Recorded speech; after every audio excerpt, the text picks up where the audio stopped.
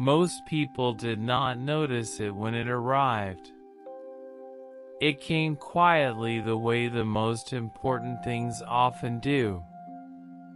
No announcement. No headline. Just a message released into the silence of a late October evening by someone whose name nobody knew. And most people who did see it laughed. So pull your blanket close, because I want to tell you what happened next.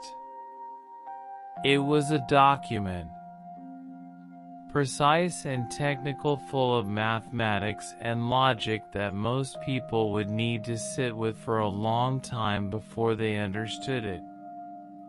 It described a system, a way of sending value between two people anywhere in the world without asking anyone in the middle for permission. No bank, no authority, no intermediary of any kind. Just two people. And a set of rules so carefully designed that the rules themselves became the trust. Can you imagine reading something like that, late at night, on a quiet forum, when the rest of the world was asleep? Most of the people who read it that first week moved on quickly. It was interesting, perhaps. Unusual, certainly. But not something they expected to think about again. The person who sent it had a name. A name that was not quite a name, a pen name, assembled from syllables that came from nowhere obvious and pointed nowhere clear. Satoshi Nakamoto. Nobody knew who that was. Nobody would ever know for certain. And yet what that name released into the world that quiet October evening would take root in the dark and grow, slowly, for years, before the light found it. And the night kept holding everything quietly. The idea itself was very old in one sense. People have always wanted to trust each other across distance. Have always needed a way to say, I will give you something of value, and you will give me something in return, and we will both believe this exchange happened and cannot be undone. For most of human history, that trust required a third party. A bank, a government, an institution that both sides agreed to believe in, even if they had never met it, even if they could not see inside it. You can almost feel the weight of that, can you?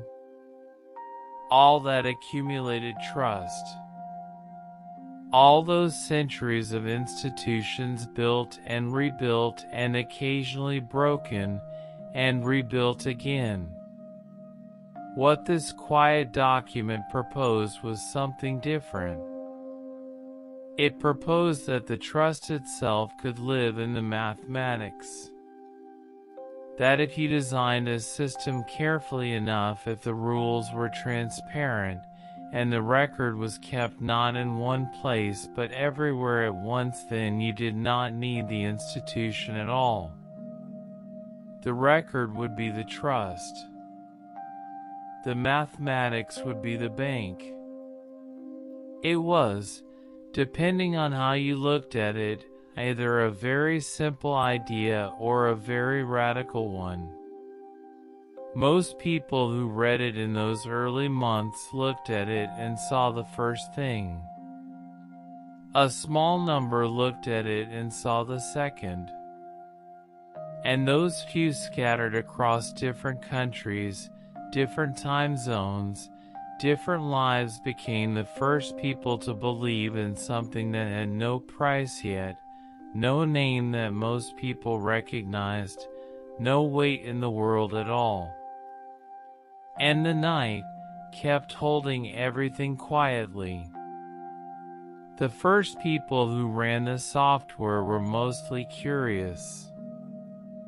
They were the kind of people who have always been drawn to new systems, who find something quietly thrilling about being in a place before it has a name, before anyone has decided what it is or who it is for. They ran it on ordinary computers, the kind that sat on desks in spare rooms and study corners and the backs of garages.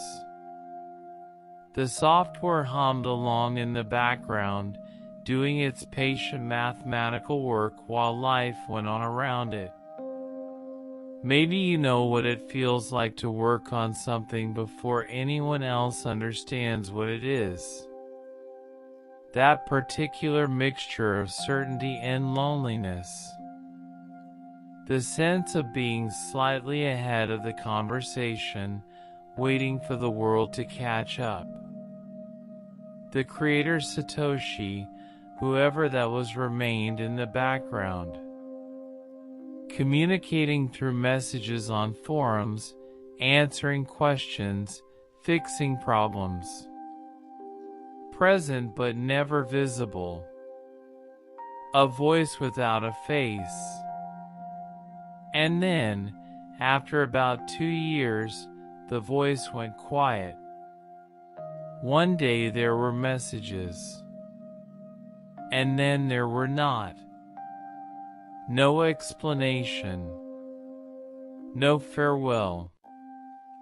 Just the last few messages, passing some of the remaining work to others, and then silence.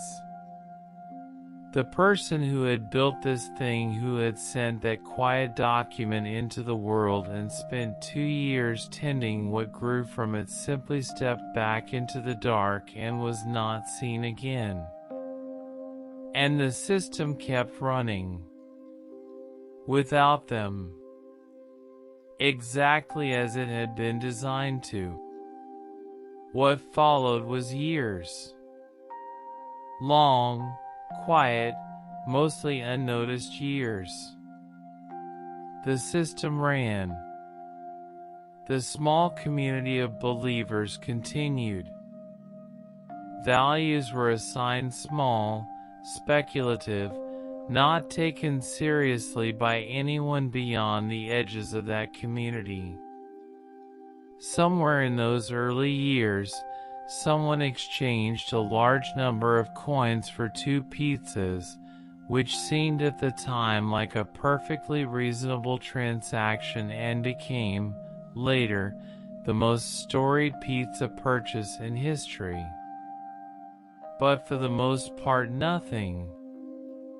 Can you imagine believing in something for that long, with that little evidence that the world agreed with you?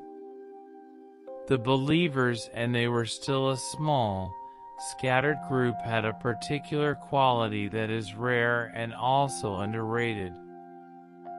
They were comfortable with waiting. Not passive waiting. Not the waiting of someone who has given up.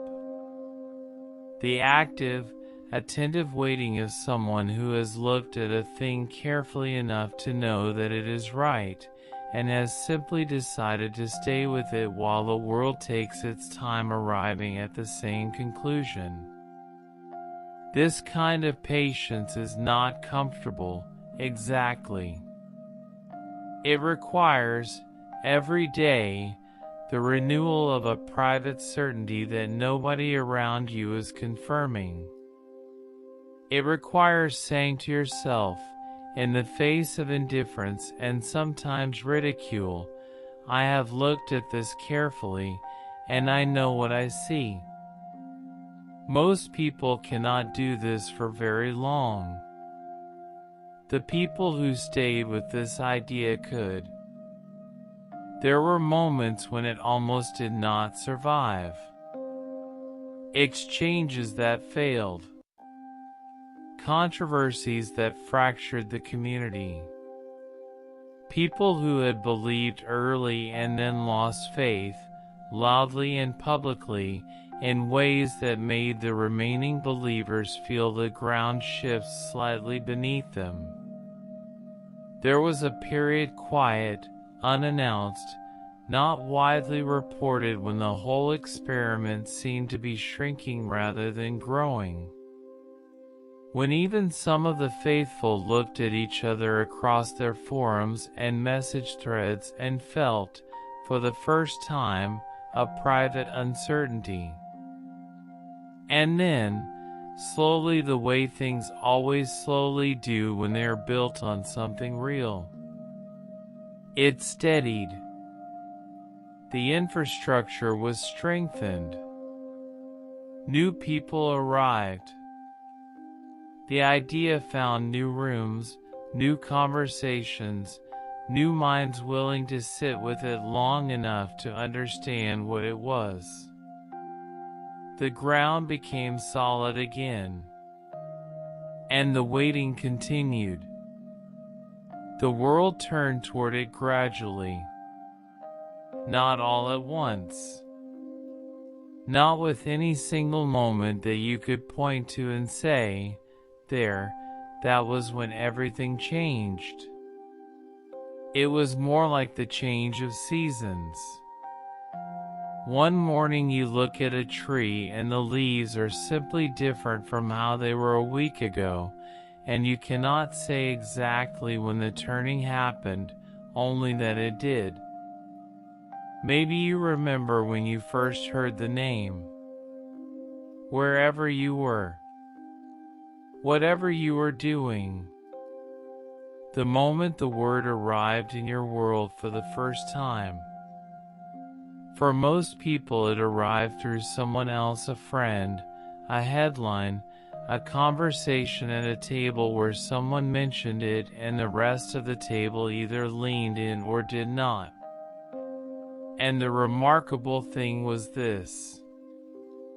All of that attention, all of those headlines and conversations and arguments and sudden enthusiasms, none of it changed what the thing fundamentally was. It was still the same idea that had been sent quietly into the world on that late October evening. Still running the same mathematics. Still keeping the same record. Still operating by the same rules that had been written before anyone was watching. The world had changed its mind about the idea. The idea had not changed at all. Here is what I keep coming back to in this story. Not the idea itself, extraordinary as it is, but the waiting. The years of building something in a small, cold room of the internet while the rest of the world was busy elsewhere. The creator who stepped back before they ever saw what it became. Who released the idea and trusted it to go forward without them. The believers who stayed through the long quiet middle, renewing their certainty each morning against the friction of a world that had not yet agreed. There is a kind of courage in that which does not look like courage. It looks like someone going to work in an empty room. It looks like patience. It looks like a Tuesday that looks exactly like a Monday, except that somewhere inside it, something is growing. Maybe you have something like that. Something you are tending quietly. Something the world has not noticed yet. Something that requires, every day, the renewal of a private certainty. The story of this idea says, stay with it. Not because the world will definitely agree, but because the building itself matters. The tending itself matters. The patient, faithful, daily return to a thing you believe in. That is not a small thing. That is everything. Right now, somewhere in the world, the system is running. It has been running without stopping since that quiet October evening. Every few minutes, a new page of the record is added, patient, permanent, unasked for by any single authority. It does not sleep. But you can. Your hands can open now. Your breath can find its own pace, the slow, real one. Not the pace you manage. Just the one your body already knows. Let the thoughts that are still moving slow their gears. One by one. Until there is nothing left to tend tonight.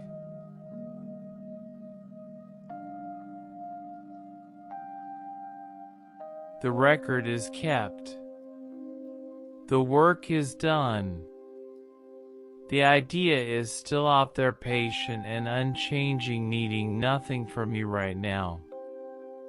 Holding you gently, without asking anything in return. And somewhere, in the quiet, an idea is waiting, patient enough that only someone who has learned to slow down will ever really understand it. Sleep well.